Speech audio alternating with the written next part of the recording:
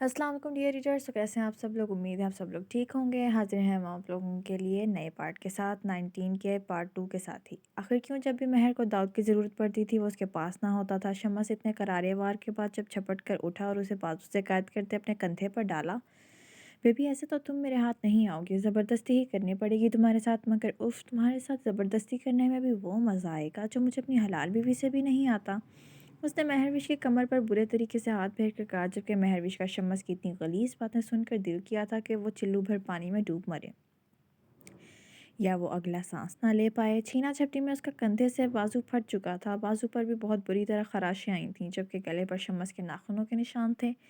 कोई है, प्लीज़ मेरी मदद करो, खुदारा मुझे इस शख्स से बचाओ, कोई है। महरविश ने बंद होती आंखों से आखिरी दफ़ा पूरा जोर लगाकर चिल्ला कर कहा। जल्दी से एपिसोड को लाइक कर दें, एक अच्छा सा कमेंट कर दें ताकि हम अगली एपिसोड आपको कल दे दें, वरना मुझे उम्मीद नहीं कि कल आप लोगों को एपिसोड मिलेगी, इसलिए जल्दी से हमें बूस्ट अप करें और कमेंट करें लास्ट में। उसकी आवाज़ वीराने में गूंज उठी थी। हाँ हाँ हाँ बेबी, यहाँ तो तुम्हारे और मेरे अलावा कोई नहीं, आज तो वैसे भी तुम्हारी पुकार सुनकर कोई नहीं आने वाला, अब तो तुम्हारी बस चीखें और मेरा जुनून। उसने आने वाले वक्त से अनजान लज्जत लेते कहा, मगर शायद रब को महरविश पर तरस आ गया था। तभी वहाँ से गुजरते दो सिक्योरिटी गार्ड ने उसकी आवाज़ सुन ली और फ़ौरन उसकी तरफ बढ़े। कहाँ ले जा रहा है लड़की को? छोड़ फ़ौरन, उन्होंने कड़े तेवरों से कहा। आपको कोई गलतफहमी हुई है, ये मेरी बीवी है। उसने फ़ौरन कहानी घड़ते शातिराना अंदाज में कहा। नहीं, ये झूठ बोल रहा है, प्लीज़ मुझे इससे बचाएं और पुलिस को कॉल करें, महरविश ने लड़खड़ाते लहजे में कहा। उसकी बात सुनते ही उन्होंने महरविश का एक नज़र में तजिया किया और दूसरे ही लम्हे वो पुलिस को कॉल कर रहे थे। उसने वहाँ से बचकर निकलना चाहा, मगर उन दोनों ने उसे पकड़ लिया। महरविश को वो हॉस्पिटल पहुंचा चुके थे, जबकि शम्स को उन्होंने पुलिस के आने तक छोड़ा नहीं था। शम्स मना करता रह गया, मगर पुलिस उसे पकड़ कर ले जा चुकी थी। दूसरी तरफ जब दाऊद घर आया तो महरविश घर नहीं थी और गार्ड उसे मनो अंत से पूरी तरह महरविश की बात उस तक पहुंचा चुका था, जिसे सुनकर वो और परेशान हो उठा। उसने महरविश को बारहा कॉल की, मगर उसका फ़ोन साइलेंट होने की वजह से महरविश ने ना उठाया। रात के 11 बज चुके थे और दाऊद 9 बजे का घर वापस आ चुका था। इतनी देर से महर की गैर हाज़िरी दाऊद को परेशानी में मुब्तला कर रही थी। वो यहाँ वहाँ टहल रहा था, मगर कोई सिरा हाथ उसके नहीं आ रहा था। अभी वो बाहर जाने ही वाला था जब महर सूजी आंखों से अपने गिर चादर लपेटे अंदर दाखिल हुई। महर, कहाँ चली गई थी तुम? मेरा इंतज़ार तो करती, तुम्हें पता भी है कितना परेशान हो गया था मैं। वो गुस्से से उसे डांटते हुए बोला, जिस पर महर ने एक नज़र उसको देखा और उसके पीछे खड़ी हसीना पर एक नज़र डाली, जो उसे देखकर आंख मारते हुए उसे तमस्कराना अंदाज में देखकर मुस्कुराई। मैं आपको जवाब देने की पाबंद नहीं। महरविश ने भी गुस्से से पटक मुंह पर दाऊद के जवाब मारा था, जो उसे घूर कर रह गया। और महर तन फन करती ऊपर अपने कमरे में जाकर बंद हो गई थी। कमरे में दरवाज़ा बंद करके उसने गहरी सांस ली और फ़ौरन चादर सोफे पर फेंक दी। वो बाथरूम में बंद हो गई। दरवाजे से टेक लगाकर नीचे फर्श पर बैठते वो रोने लगी थी। आखिर ज़िंदगी में उसकी क्या ख़ता थी जो हर परेशानी उसके दर पर आ ठहरती थी। उसने अपने आप को अच्छी तरह मलकर शम्स का लम्स अपने बाजू पर से उतारना चाहा। 1 घंटे बाद जब वो वॉशरूम से बाहर आई तो एक नए लिबास में मौजूद थी। दाऊद बाहर खड़े उसके आने का इंतज़ार में था। जैसे ही वो बाहर आई, उसका बाजू अपनी तरफ ही खींचते वो उससे गोया हुआ, महर तुम कम अज़ कम मेरा इंतज़ार तो कर सकती थी ना, इंतज़ार किए ही बगैर चली गई। उसकी बात पर महर ने दाऊद को ऐसी नज़रों से देखा कि वो नज़र चुरा कर रह गया। दाऊद, इंतज़ार?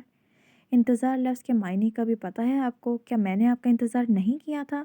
अरे 6 बजे तक मैं आपका इंतज़ार करती रही, मगर आपने ने आना तो क्या, अपना फ़ोन उठाना भी ज़रूरी ना समझा। अपने फ़ोन को एंगेज कर दिया ताकि मैं आपको बार बार तंग ना कर सकूं। अगर आप मेरे से इतना ही तंग आ चुके हैं तो आप मुझे पहले बता देते, मैं आपको कभी भी डिस्टर्ब ना करती। उसने अपने बाजू से दाऊद के हाथ झटकते बहती आंखों से कहा और अपने बिस्तर पर जाकर लेट गई। महर, मेरी बात तो सुनो, दाऊद ने इल्तिजा की। ना ही मुझे आपसे कुछ कहना है, ना ही मुझे आपसे कुछ सुनना है। मेरा दिल तो तोड़ ही चुके हैं, मगर बराह करम सुबह बच्चों का दिल मत तोड़िएगा, वक्त पर आ जाइएगा। मैं तो आपको शायद माफ़ कर दूं, मगर बच्चों के दिल बहुत नाजुक होते हैं।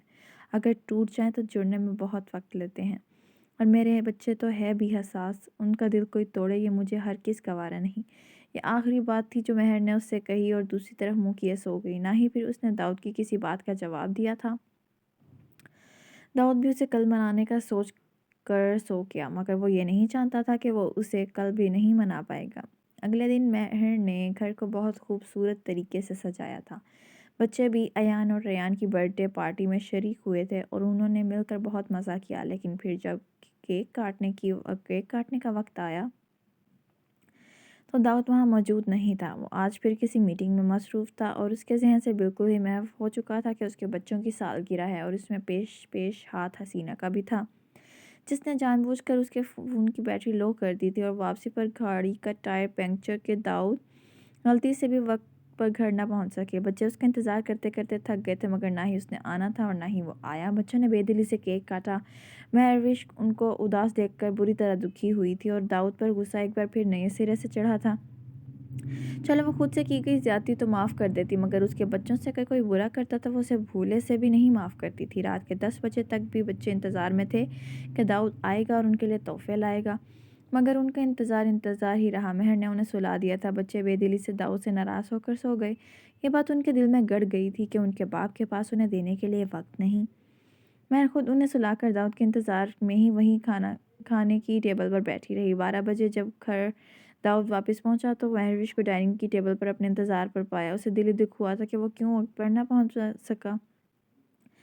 اس نے مہروش کے قریب جھکتے ہوئے اسے اٹھانا چاہا۔ جب حسینہ کے گلا کھنکاڑنے پر مہروش کی آنکھ کھلی اور داؤد کو اپنے نزدیک وہ فوراً اٹھی اور ٹائم دیکھا جہاں رات کے 12 بج رہے تھے۔ اس نے ایک نظر کھانے کو دیکھا جو ٹھنڈا پڑ چکا تھا اور ایک نظر حسینہ پر ڈالی۔ مہر تم فکر مت کرو، ہم لیٹ ہو گئے تھے اس لیے کھانا رستے میں ہی کھا لیا، پھر تو اس کھانے کا کوئی فائدہ ہی نہیں۔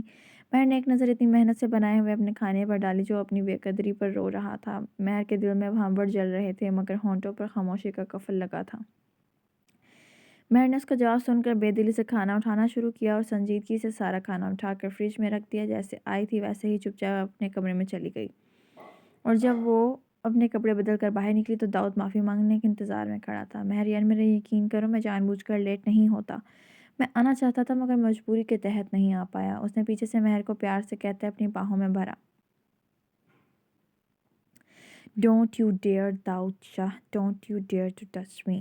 وہ داؤد کو صوفے پر دھکا دیتے ہوئے چیخی نہیں بلکہ دھاڑی تھی۔ ہاتھ لگانے کی کوشش بھی مت کرنا، کہا تھا نا میرے بچوں کا دل مت دکھانا۔ صبح سے لے کر رات تک وہ تمہارے انتظار میں بیٹھے رہے، تمہارا انتظار کرتے کرتے تھک گئے، مگر انہیں یقین تھا تم آؤ گے، مگر تم نے کیا کیا؟ تم نہیں آئے، تم نے ان کے دلوں کے ساتھ کھیلا۔ بہت آسان ہے نا تمہارے لیے کسی کا دل توڑ دینا۔ مہر نے آنسو صاف کرتے ایک ایک لفظ بھینچ کر کہا، فار گاڈ سیک مہر، میں وہاں کسی عیاشی کے لیے نہیں بلکہ کام کے لیے جاتا ہوں۔